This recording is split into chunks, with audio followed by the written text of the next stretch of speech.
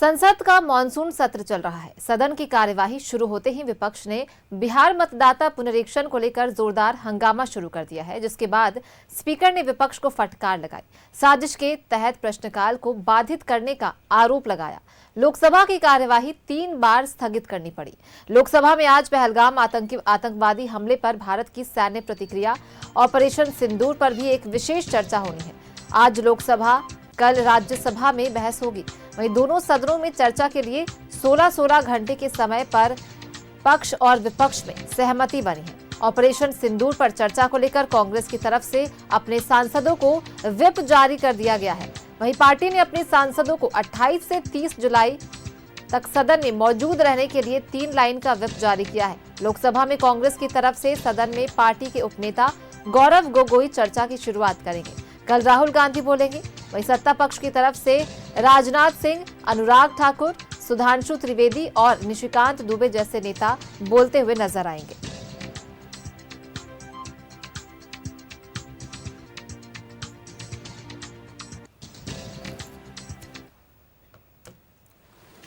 साक्षी रहा है, जब जब भी देश के अंदर गंभीर चुनौती हो, गंभीर मुद्दे हो, हमने राष्ट्रीय मुद्दों पर सदैव एकजुटता दिखाई है। आतंकवाद एक वैश्विक चुनौती है।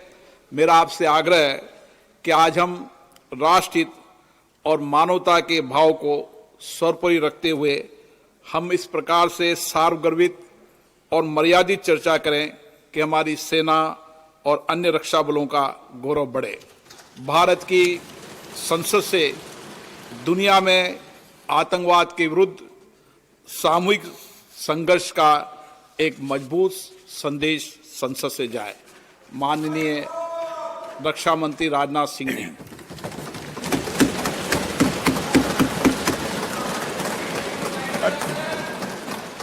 अध्यक्ष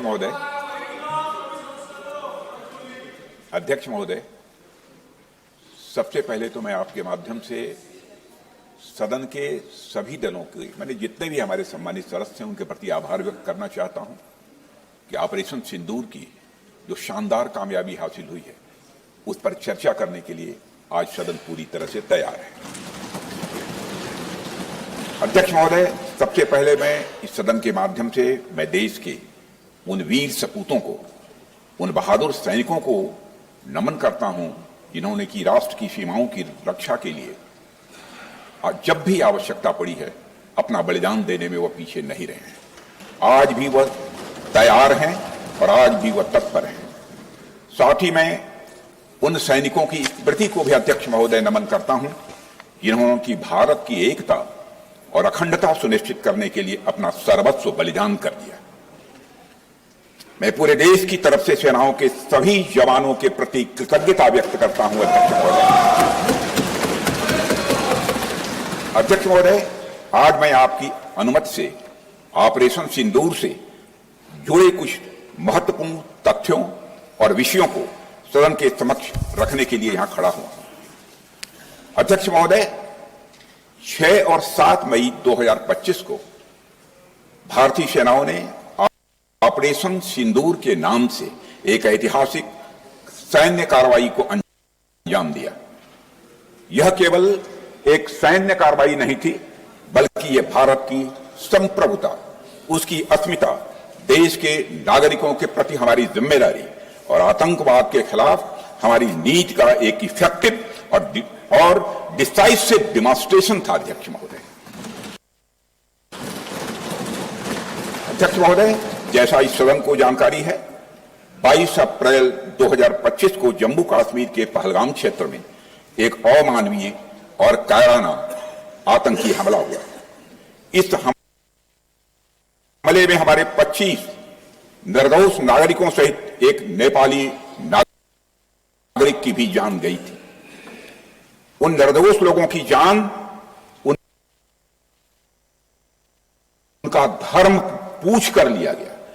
यह अपने आप में अमानवीयता का सबसे कुत्सित और सबसे घृणित उदाहरण था। यह घटना भारत की सहन शक्ति की सीमा की भी मैं मानता हूं परीक्षा थी। अध्यक्ष महोदय, इस हमले के तुरंत बाद हमारे प्रधानमंत्री श्री नरेंद्र मोदी जी ने तीनों सेनाओं के प्रमुखों की एक उच्च स्तरीय बैठक की और उन्हें छूट दी गई कि वे अपने विवेक, स्ट्रेटेजिक अंडरस्टैंडिंग और रीजनल सिक्योरिटी सिचुएशन को ध्यान में रखते हुए वह निर्णायक कार्रवाई करें। इसके बाद हमारे सैन्य नेतृत्व ने न केवल अपनी मैच्योरिटी दिखाई बल्कि उस स्ट्रेटेजिक विजडम का भी परिचय दिया जिसकी उम्मीद भारत जैसी एक रिस्पॉन्सिबल पावर से की जाती है। अध्यक्ष महोदय, ऑपरेशन सिंदूर को अंजाम देने से पहले हमारी सेनाओं ने हर पहलू का बहुत ही गहराई के साथ अध्ययन किया। हमारे पास कई विकल्प थे, लेकिन हमने उस विकल्प को चुना जिसमें आतंकवादियों और उनके ठिकानों को अधिकतम नुकसान पहुंचे और जिसमें पाकिस्तान के आम नागरिक को कोई क्षति न होने पाए, इस बात की भी हम लोगों ने चिंता की। अध्यक्ष महोदय, हमारी सेनाओं द्वारा की गई वेल कोऑर्डिनेटेड स्ट्राइक्स ने 9 टेररिस्ट इंफ्रास्ट्रक्चर टारगेट्स को प्रिसीजन के साथ, सटीकता के साथ हिट किया और इस सैन्य कार्रवाई में एक अनुमान के अनुसार 100 से अधिक आतंकवादी, मैं बहुत संभल कर बोल रहा हूं अध्यक्ष महोदय, हमारी फिगर गलत ना होने पाए, फिगर इससे बहुत अधिक है। 100 से अधिक आतंकवादी, उनके ट्रेनर, उनके प्रशिक्षक, उनके हैंडलर लश्कर-ए-तोयबा और हिजबुल मुजाहिदीन जैसे आतंकवादी संगठनों से संबंधित थे। ये वही आतंकी संगठन हैं जिन्होंने पाकिस्तान की सेना और आईएसआई का जिन्हें खुला समर्थन प्राप्त है। अध्यक्ष महोदय, 7 मई 2025 को रात्रि 1:05 भारतीय सशस्त्र बलों ने ऑपरेशन सिंदूर प्रारंभ किया, जिसमें पाकिस्तान और पाक ऑक्युपाइड कश्मीर में भारत के खिलाफ आतंकी गतिविधियों से जुड़े 9 स्थानों को निशाना बनाया गया। इसमें पीओके के मुजफ्फराबाद में सवाई नाला और सैयदना बिलाल कैंप, कोटली में मस्जिद अब्बास व मसबर रहील शाहिद कैंप, कोटली में गुलपुर कैंप, भिम्बर में बरनाला कैंप, कोटली में अब्बास कैंप और पाकिस्तान के पंजाब प्रांत में बहावलपुर, मुहिदके और सरजाल और मेहमुना जोया शामिल थे। इनमें से 7 आतंकी शिविरों को भारतीय सेना ने पूरी तरह से नष्ट कर दिया, जबकि भारतीय वायुसेना ने मुरीदके और बहावलपुर को नेस्त नाबूद किया, जो लश्कर-ए-तोयबा और जैशे मोहम्मद के केंद्र हैं। पूरा ऑपरेशन मात्र, अध्यक्ष महोदय, जानकर पूरे सदन को प्रसन्नता होगी कि विद इन 22 मिनट्स पूरा ऑपरेशन समाप्त हो गया और हमने आतंकवादियों को उनके घर में घुसकर मारा। सशस्त्र बलों ने हमारी माताओं और बहनों के सिंदूर का बदला लिया और प्रत्येक भारतीय इस भावना से ओत-प्रोत हो गया। अध्यक्ष महोदय, मैं चाहूंगा कि पूरा सदन एक बार हमारे सेना के बहादुर जवानों के शौर्य और पराक्रम। अध्यक्ष महोदय, यह सिंदूर की लाली शौर्य की कहानी है। यह सिंदूर की लाली शौर्य की कहानी है, भारत के मस्तक पर वीरता की निशानी है। अध्यक्ष महोदय, सेनाओं ने अंधेरी रात होने के बावजूद हमले की सफलता के स्पष्ट एविडेंस भी जुटाए हैं, साक्ष्य है हमारे पास। अध्यक्ष महोदय, हमले के कुछ ही घंटों के भीतर एक प्रेस रिलीज और मीडिया ब्रीफिंग के माध्यम से इन्हें जनता की जानकारी के लिए जारी कर दिया गया था। मुझे यह पुष्टि करते हुए गौरव की अनुभूति हो रही है कि सशस्त्र बल अपने सभी मिशन ऑब्जेक्टिव्स को पूरा करने में पूरी तरह से सक्षम रहे और साथ ही कामयाब रहे।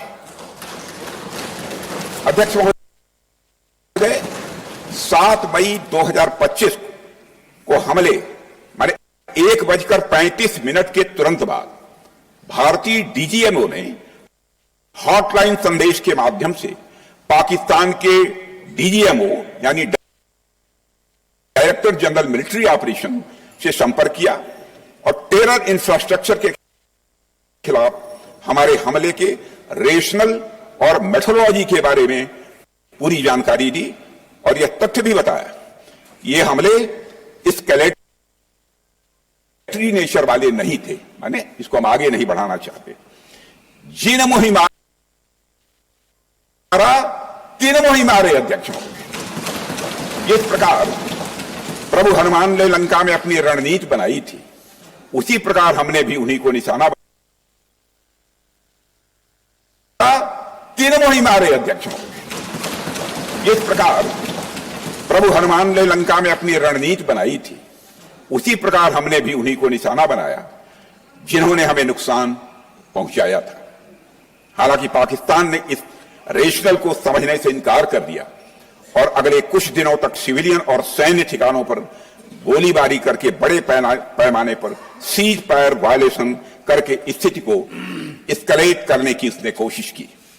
अध्यक्ष महोदय, 7-8 मई 2025 की रात को क्लियरली आइडेंटिफाइड आतंकवाद संबंधी ठिकानों पर हमारे सफल ऑपरेशन के बाद, सफल हमले के बाद पाकिस्तान ने स्थिति को एस्केलेट कर दिया और अनमैन्ड एरियल सिस्टम और अन्य साधनों का उपयोग करके भारतीय वायुसेना के बेसेस, भारतीय वायुसेना के सेंसर्स और सेना के फॉर्मेशन हेडक्वार्टर से लेकर ब्रिगेडों तक पर भी उसने हमला कर दिया। हालांकि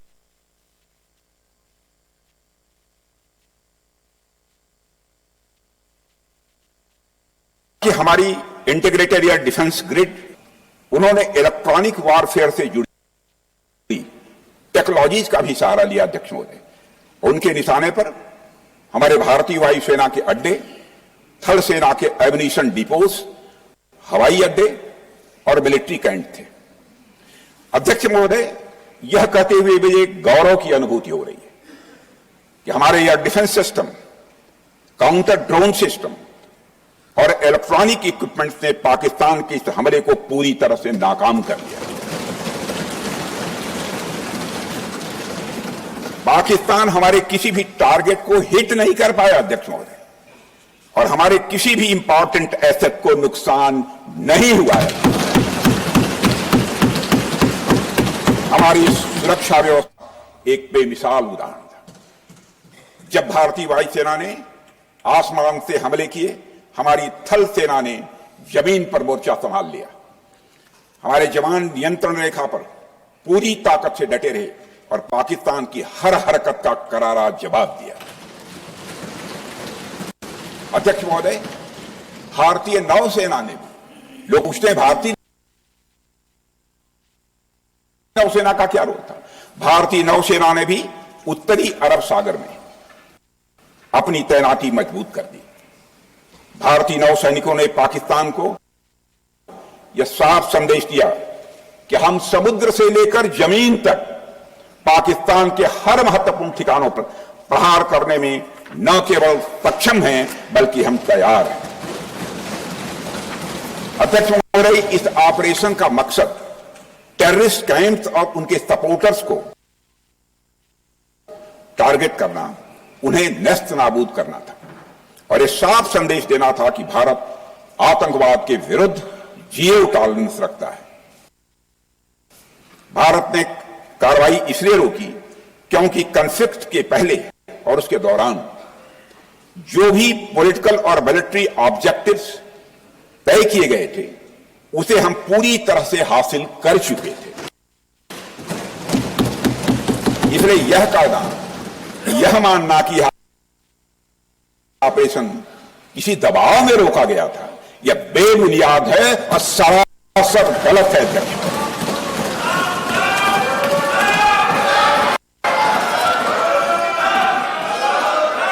मैं सदन को फिर से आश्वस्त करना चाहता हूं, अपने राजनैतिक जीवन में अध्यक्ष महोदय, अध्यक्ष महोदय, मैं आपके माध्यम से सदन को आश्वस्त करना चाहता हूं, अपने राजनीतिक जीवन में जानबूझकर कभी भी असत्य न बोलूं, इसकी भरपूर कोशिश की है मैंने, चाहे सदन हो अथवा सदन के बाहर। अध्यक्ष महोदय, मैं आपके माध्यम से सदन को यह भी अवगत कराना चाहता हूं,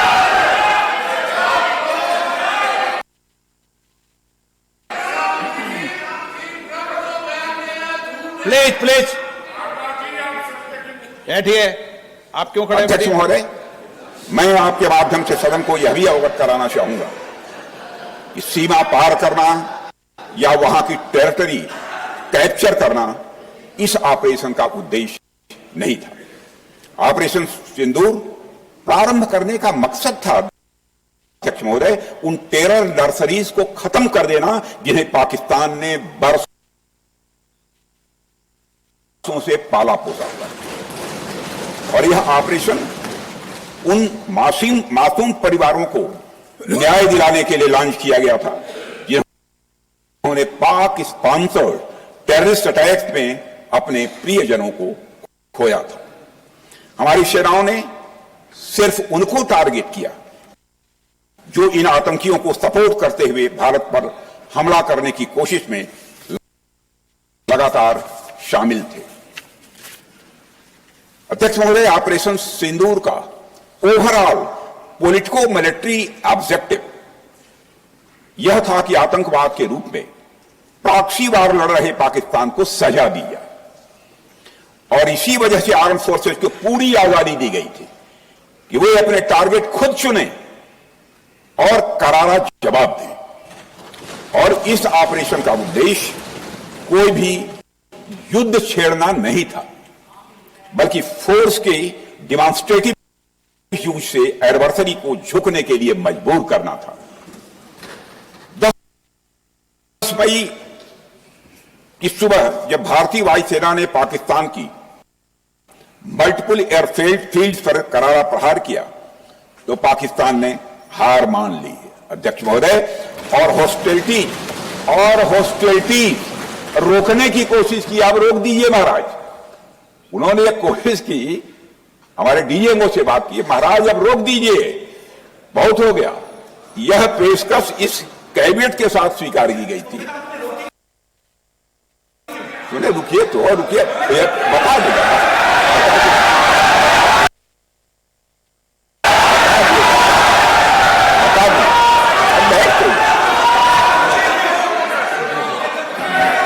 आपको मौका मिलेगा।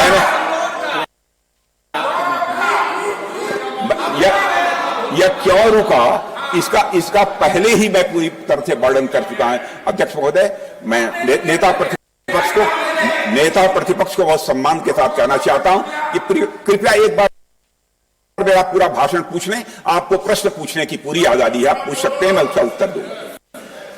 अध्यक्ष महोदय, 10 मई की सुबह जब भारतीय वायुसेना ने पाकिस्तान की मल्टीपल एयरफील्ड पर करारा प्रहार किया तो पाकिस्तान ने हार मान ली और हॉस्टिलिटी रोकने की उन्होंने पेशकश की।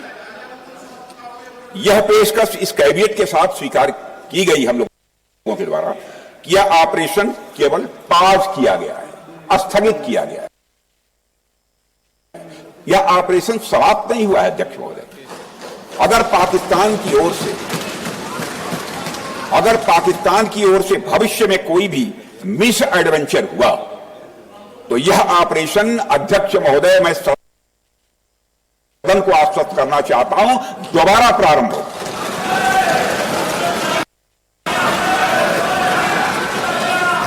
अध्यक्ष महोदय, भारतीय वायुसेना के जबरदस्त हमलों, नियंत्रण रेखा पर थल सेना की मजबूत जवाबी कार्रवाई और नौसेना के हमलों के डर ने पाकिस्तान को झुकने के लिए मजबूर कर दिया।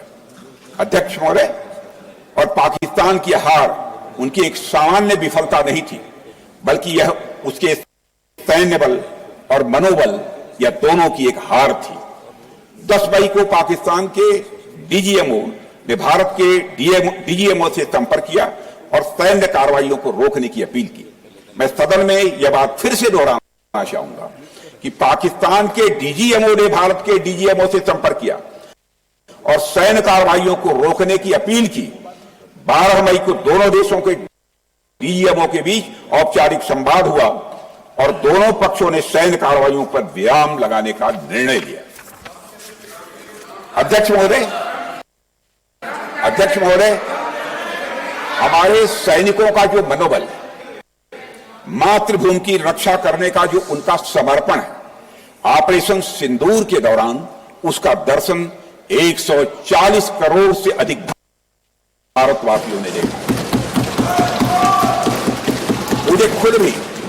मुझे खुद भी और प्रधानमंत्री जी को सीमावर्ती क्षेत्रों में जाकर हमारे जवानों से मुलाकात का अवसर मिला है।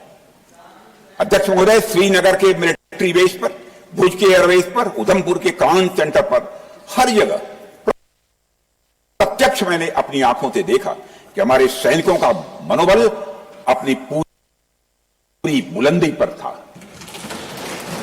उनकी आंखों में विश्वास है और उनका संकल्प अडिग है। वे न केवल भारत की सीमाओं की रक्षा कर रहे हैं, बल्कि हमारे राष्ट्रीय स्वाभिमान की भी, अध्यक्ष महोदय, रक्षा कर रहे हैं। अध्यक्ष महोदय, किसी भी देश में जनता सत्ता पक्ष को और विपक्ष को अलग अलग दायित्व सौंपती है, दोनों को अलग अलग दायित्व, और हेल्दी डेमोक्रेसी में तो स्वाभाविक है। सत्ता पक्ष का काम होता है जनता के हितों को ध्यान में रखते हुए कार्य करना, और विपक्ष का काम होता है सरकार से जनता के मुद्दों से संबंधित जरूरी प्रश्न पूछना। ऑपरेशन सिंदूर क्यों शुरू किया गया, इसकी जानकारी पहले भी दी गई है और आज भी मैंने सदन को दी है।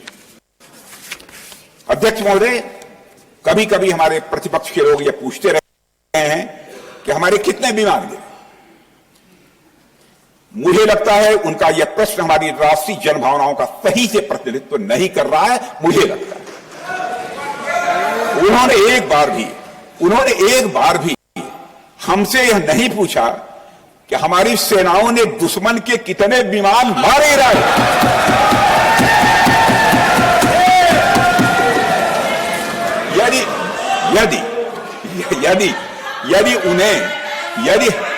यदि उन्हें प्रश्न पूछना ही है अध्यक्ष महोदय, तो उनका प्रश्न यह होना चाहिए, क्या भारत ने आतंकवादी ठिकानों को तबाह किया?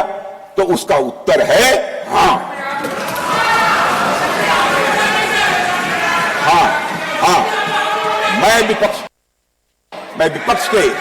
मैं विपक्ष के सम्मानित साथियों से कहना चाहता हूं कि आपको प्रश्न पूछना है तो यह प्रश्न पूछिए, क्या ऑपरेशन सिंदूर सफल रहा? तो उसका उत्तर है हां।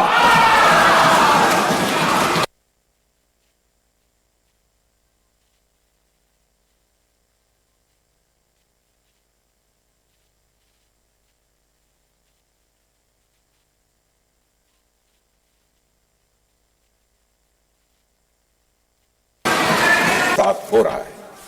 अब चूंकि विपक्ष के मित्र ऑपरेशन सिंदूर को लेकर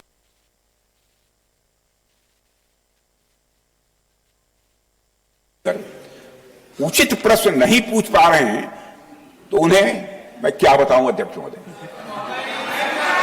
मैं लगभग 4 डिकेड से अधिक समय से राजनीति में, सत्ता पक्ष हो या विपक्ष हो, अपनी पार्टी हो या दूसरी पार्टी हो, कभी भी किसी के साथ दलगत राजनीति को मैंने शत्रुतापूर्ण तरीके से जिंदगी में नहीं देखा है मैंने, अध्यक्ष महोदय। इसलिए आज अगर विपक्ष प्रश्न पूछने में असफल है, मैं विपक्ष को उनके इस काम में थोड़ी सी मदद करना चाहता हूं। अध्यक्ष महोदय, मैं विपक्ष के अपने सम्मानित साथियों से कहना चाहता हूं कि यदि आज हम लोग सत्ता पक्ष में हैं, तो ऐसा नहीं है कि हम हमेशा सत्ता पक्ष में ही रहेंगे। यह आवश्यक नहीं है, किसी के लिए आवश्यक नहीं। एक लंबा समय हमने विपक्ष का काम किया है। एक लंबा समय हमने सरकारों से सवाल पूछने में लगाया है। जनता ने जब हमें विपक्ष में रहने का दायित्व सौंपा था, तो हमने विपक्ष में रहकर विपक्ष की भूमिका को बड़े ही सकारात्मक तरीके से निभाया भी है। अध्यक्ष महोदय, विपक्ष में रहकर हमने कैसे प्रश्न पूछे, इसके कुछ उदाहरण। मैं यहां रखना चाहता हूं। 1962 में अध्यक्ष महोदय चीन के साथ हुए युद्ध में जब दुखद परिणाम आया तो हमने उस समय की सरकार से यह पूछे थे, लेकिन वह प्रश्न यह था कि हमारे देश की धरती पर दूसरे देश का कब्जा कैसे हुआ। हमने यह प्रश्न पूछा था कि हमारी सेना और हमारी जनता अपमानित क्यों हुई। हमने यह प्रश्न पूछा था कि बड़ी संख्या में हमारे सैनिक हताहत कैसे हुए।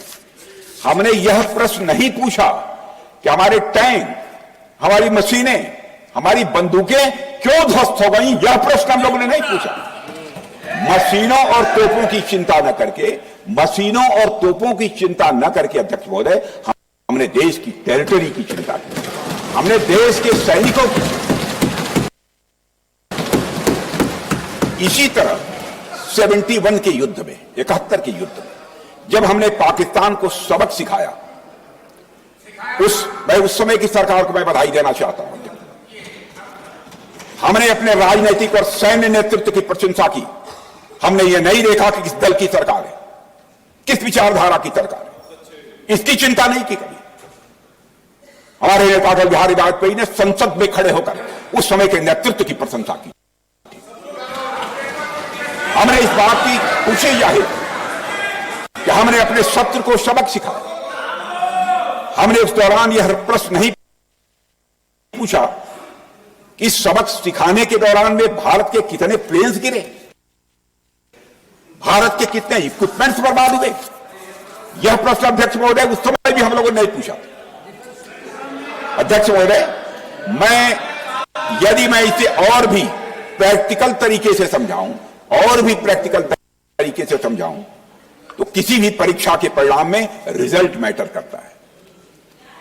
यदि किसी परीक्षा में कोई बच्चा अच्छे मार्क्स लेकर आ रहा है तो हमारे लिए उसके मार्क्स मैटर करने चाहिए। हमें इस बात का ध्यान नहीं रखना चाहिए कि एग्जाम के दौरान उसकी पेंसिल टूट गई थी या उसकी पेन खो गई।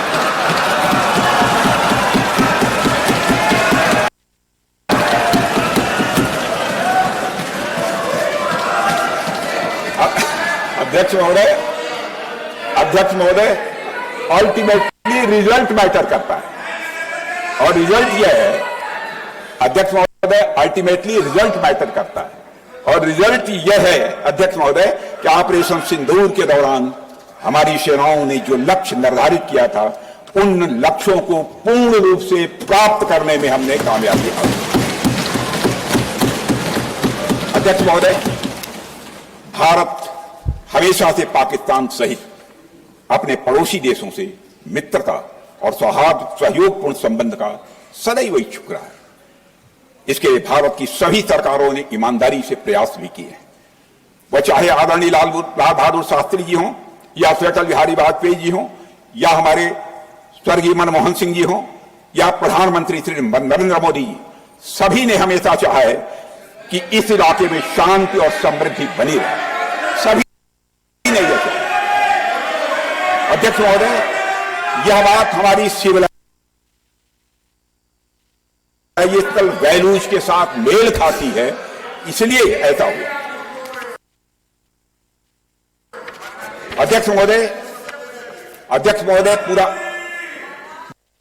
पूरा विश्व जानता है कि पूर्व प्रधानमंत्री से अटल बिहारी वाजपेयी जी ने शांति का संदेश लेकर 1999 में लाहौर बस यात्रा की थी।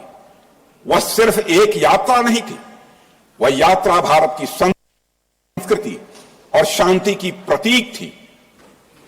यह हमारे भारत की प्रकृति थी। लाहौर पहुंचकर से अटल बिहारी वाजपेयी जी ने मीनारे पाकिस्तान पर विजिटर्स बुक में जो लिखा था, जिसका जिक्र लोग आज भी करते हैं, और उन्होंने लिखा था कि मैं चर्चा करता हूं, उन्होंने लिखा था कि मीनारे पाकिस्तान से मैं पाकिस्तान की जनता को यह विश्वास दिलाना चाहता हूं कि भारत अस्थायी शांति और मित्रता का आकांक्षी है। मैंने पहले भी कहा है और फिर भी कहता हूं, एक स्थिर और समृद्ध पाकिस्तान भारत के हित में है, इसमें कोई संदेह नहीं होना चाहिए। अध्यक्ष महोदय, यह हमारी सोच थी, यह हमारी शांति की पहल थी। यह पहल हजारों साल पुरानी सांस्कृतिक चेतना, हमारी नैतिक शक्ति और हमारी सभ्यता के उन मूल्यों से निकली थी जो शांति को शक्ति मानती है। अध्यक्ष महोदय, लेकिन हमारे शांति के प्रयास को हमारी नाइविटी, उदारता या सरलता समझ लिया गया। जब हम शांति के लिए कदम बढ़ा रहे थे, उसी वक्त पाकिस्तान कारगिल में घुसपैठ की साजिश रच रहा था। हम दोस्ती के राह पर थे तो वो षड्यंत्र की राह पर था। जब हम मामला खुलकर सामने आया तो हमारे वीर सैनिकों ने इस घुसपैठ के खिलाफ कार्रवाई करना प्रारंभ किया और जब भारत की जीत सामने दिखाई दे रही थी तो पाकिस्तान ने परमाणु युद्ध की धमकी दे डाली। अध्यक्ष महोदय, तब हमारे प्रधानमंत्री, तत्कालीन प्रधानमंत्री आदरणीय अटल बिहारी वाजपेयी जी ने कहा था, पाक सेना के परमाणु हमले से भारत का तो कुछ नहीं बिगड़ेगा, लेकिन पाकिस्तान दूसरे दिन का सूरज नहीं देख पाएगा।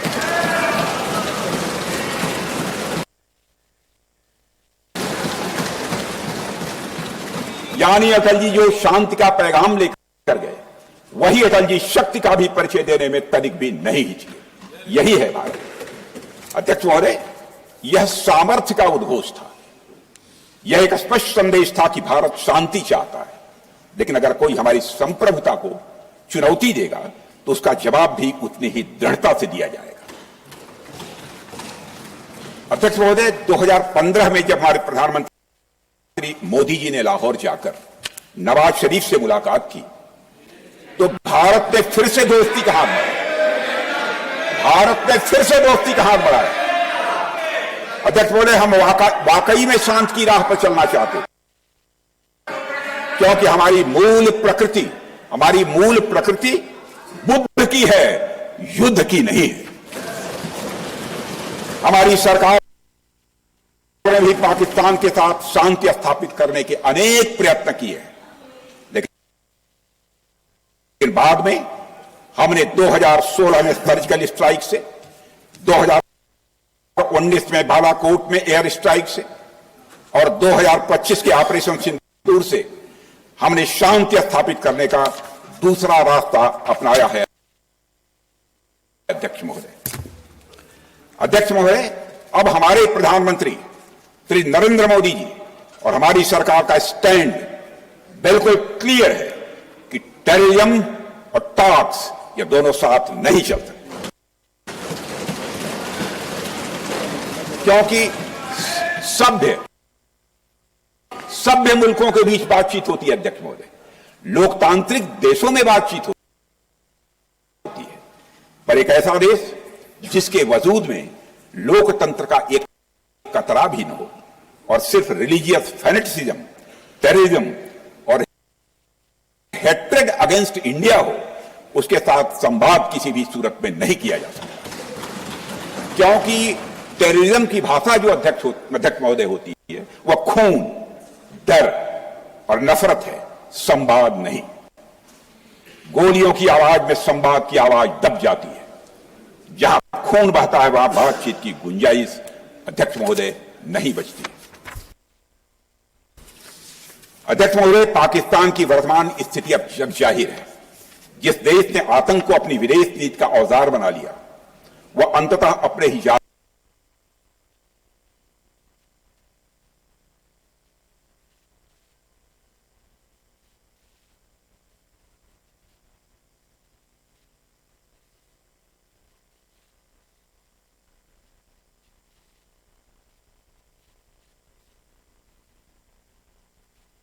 में फंस जाता है।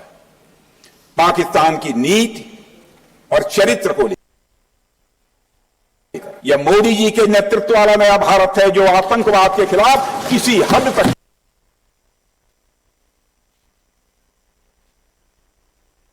जाता है।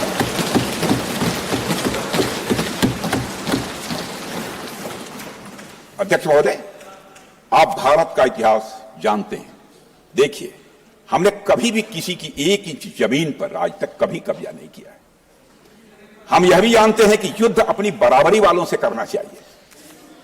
ऐसा गोस्वामी तुलसीदास जी ने लिखा है, और गोस्वामी तुलसीदास जी कहते हैं कि नीति ऐसी ही होनी चाहिए, प्रीति और बैर बराबरी वाले से ही करनी चाहिए। शेर यदि मेढकों को मारे तो उसका बहुत अच्छा संदेश नहीं आता है अध्यक्ष महोदय। और अध्यक्ष महोदय, हमारे देश की सेना शेर है।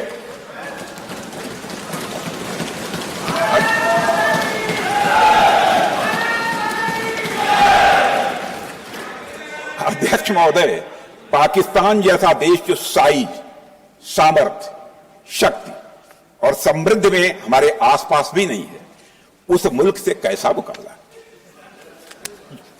जो मुल्क अपने अस्तित्व के लिए दूसरों पर आश्रित हो, उसके मुकाबले का मतलब है अपना स्तर कम करना। हमारी नीति है आतंकवाद के खिलाफ प्रभावी कार्रवाई करना।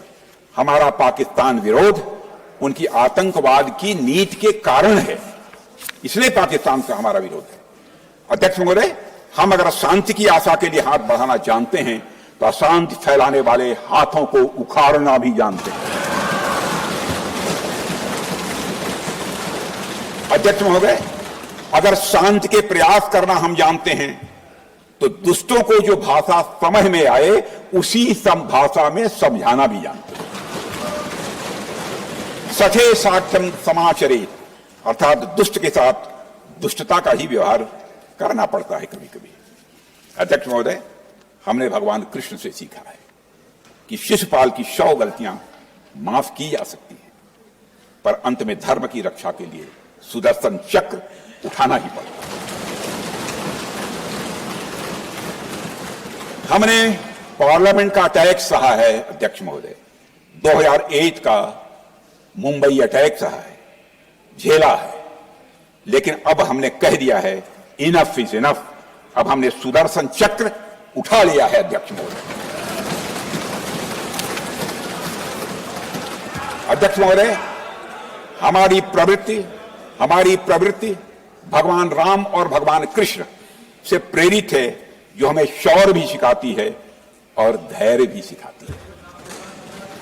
इस सीख का अध्यक्ष महोदय, इस सीख का हम प्रधानमंत्री नरेंद्र मोदी जी के नेतृत्व में हमारी विदेश और अपनी रक्षा नीति में सीधा प्रयोग कर रहे हैं।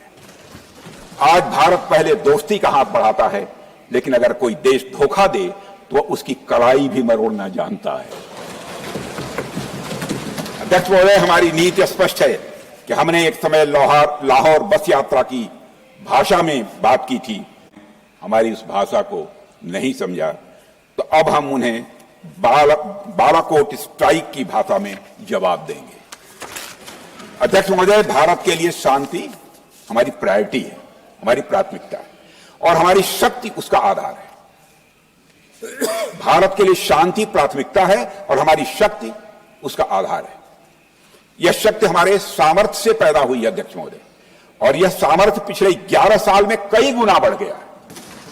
मैं ये नहीं कहता हूं पहले नहीं था, पहले था, लेकिन अब कई गुना बढ़ गया। आज भारत विश्व की चौथी सबसे बड़ी अर्थव्यवस्था है, और अभी आई मॉर्गन स्टैनली के रिपोर्ट के मुताबिक 2028 तक विश्व की तीसरी सबसे बड़ी अर्थव्यवस्था बनने की ओर भारत चल रहा है। अध्यक्ष महोदय, आर्थिक उन्नति के साथ साथ भारत के रक्षा क्षेत्र में 2014 से उल्लेखनीय परिवर्तन, रिमार्केबल चेंज आया है। आज का भारत डिफेंस सेक्टर में आत्मनिर्भरता, सेल्फ रिलायंस और स्वदेशी उत्पादन की दिशा में तेजी से आगे बढ़ रहा है। अध्यक्ष महोदय, आज हम हर दृष्टि से समर्थ भी हैं और सक्षम भी हैं। अध्यक्ष महोदय, मैं सदन को यह भी जानकारी देना चाहता हूं, उसके बाद जब प्रश्न पूछा गया हमारे सारे चीफ से, सीडीएस से, डिफेंस सेक्रेटरी से, क्या ऑपरेशन के लिए तैयार हैं, क्षण भर की देर नहीं लगाई, सबने बोला यस सर। अध्यक्ष महोदय, ऑपरेशन सिंदूर हमारे सामर्थ्य का ही प्रतीक था, जिसमें हमने दिखा दिया कि अगर कोई हमारे नागरिकों को मारेगा तो भारत चुप नहीं बैठेगा। भारत की आत्मरक्षा के लिए हमारा राजनीतिक तंत्र और नेतृत्व बिना किसी दबाव के काम करेगा।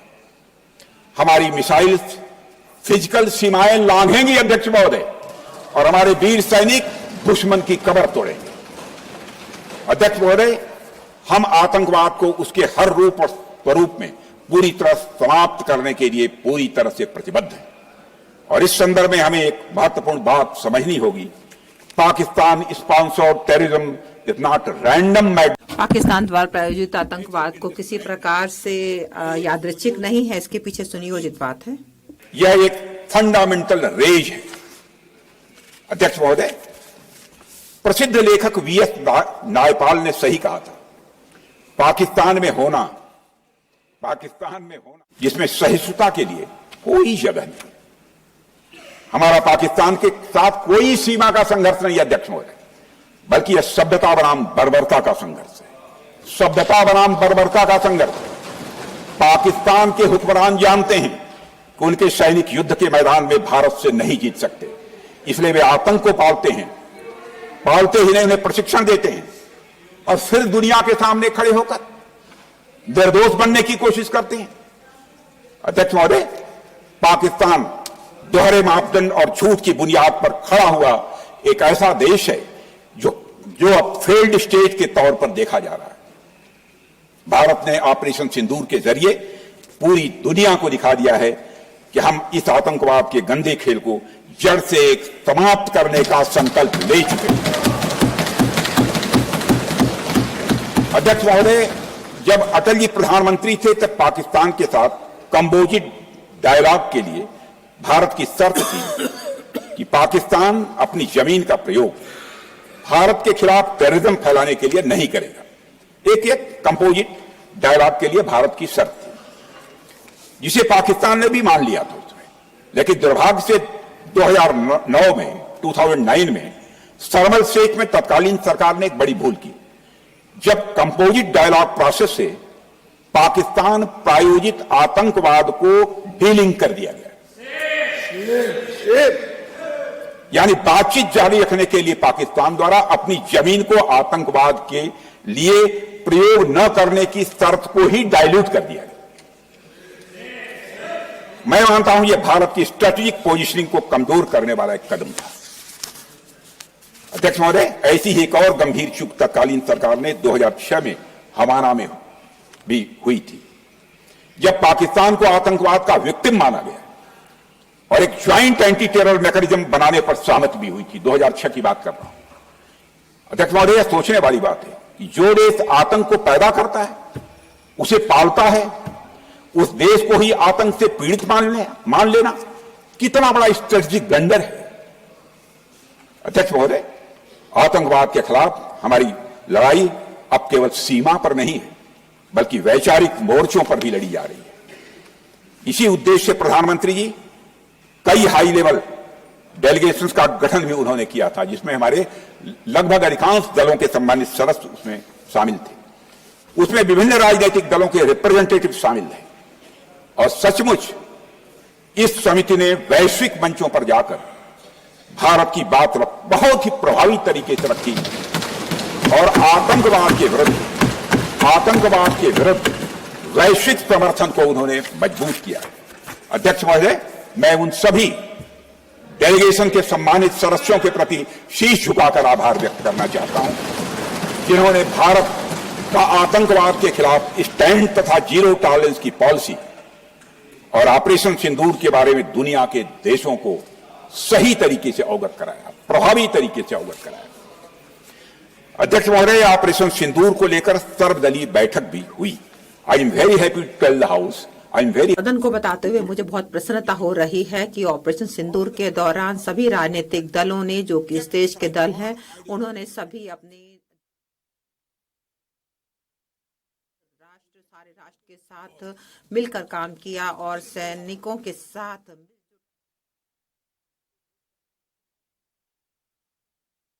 अध्यक्ष महोदय, जैसा कि हमारे माननीय प्रधानमंत्री मोदी जी ने भी कहा है कि ऑपरेशन सिंदूर अभी रुका है, समाप्त नहीं हुआ है।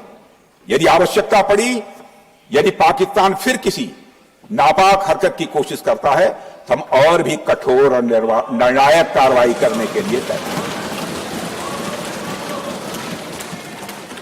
अध्यक्ष महोदय, ऑपरेशन सिंदूर के माध्यम से पाकिस्तान के मन में भारत को लेकर जो बहुत बड़ी गलतफहमी थी वह हमने दूर कर दी है। अब मेरी दूर थोड़ी बहुत बची है, भी होगी तो उसको भी दूर कर देंगे अध्यक्ष महोदय। मुझे महाकवि राष्ट्र कवि रामधारी सिंह जी दिनकर की कुछ पंक्तियां याद आती हैं अध्यक्ष महोदय।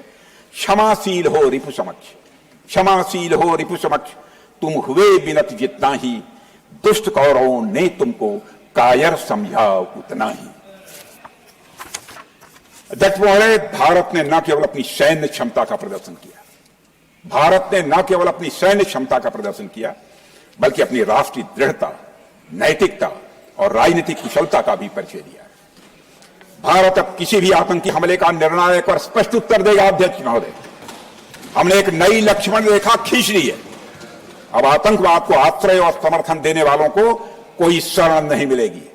और अध्यक्ष महोदय, भारत किसी भी तरीके से किसी भी तरह के न्यूक्लियर ब्लैकमेलिंग या दबावों के आगे अब झुकने वाला नहीं है।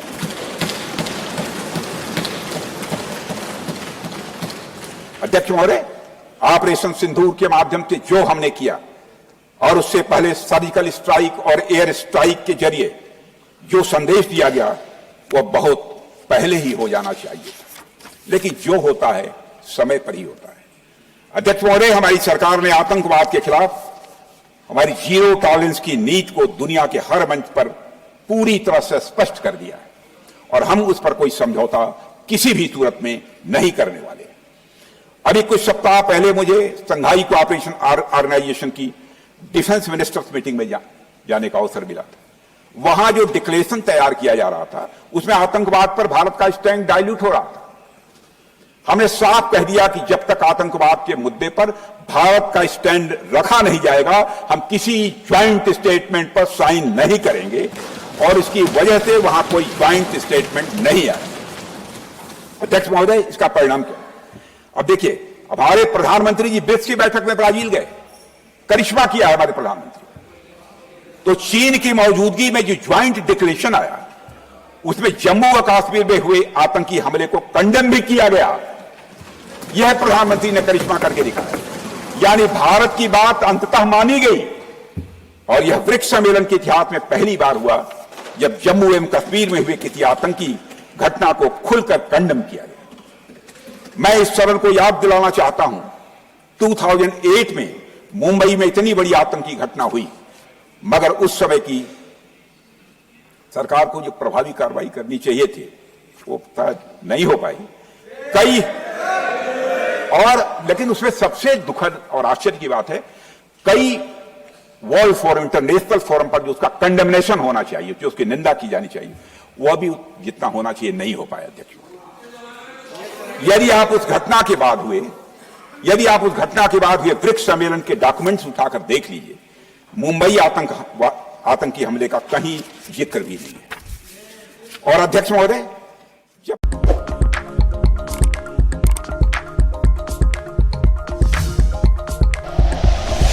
Like and share videos, subscribe करें हमारा चैनल और प्रेस करें बेल आइकॉन। न्यूज़ 11 भारत, सच है तो दिखेगा।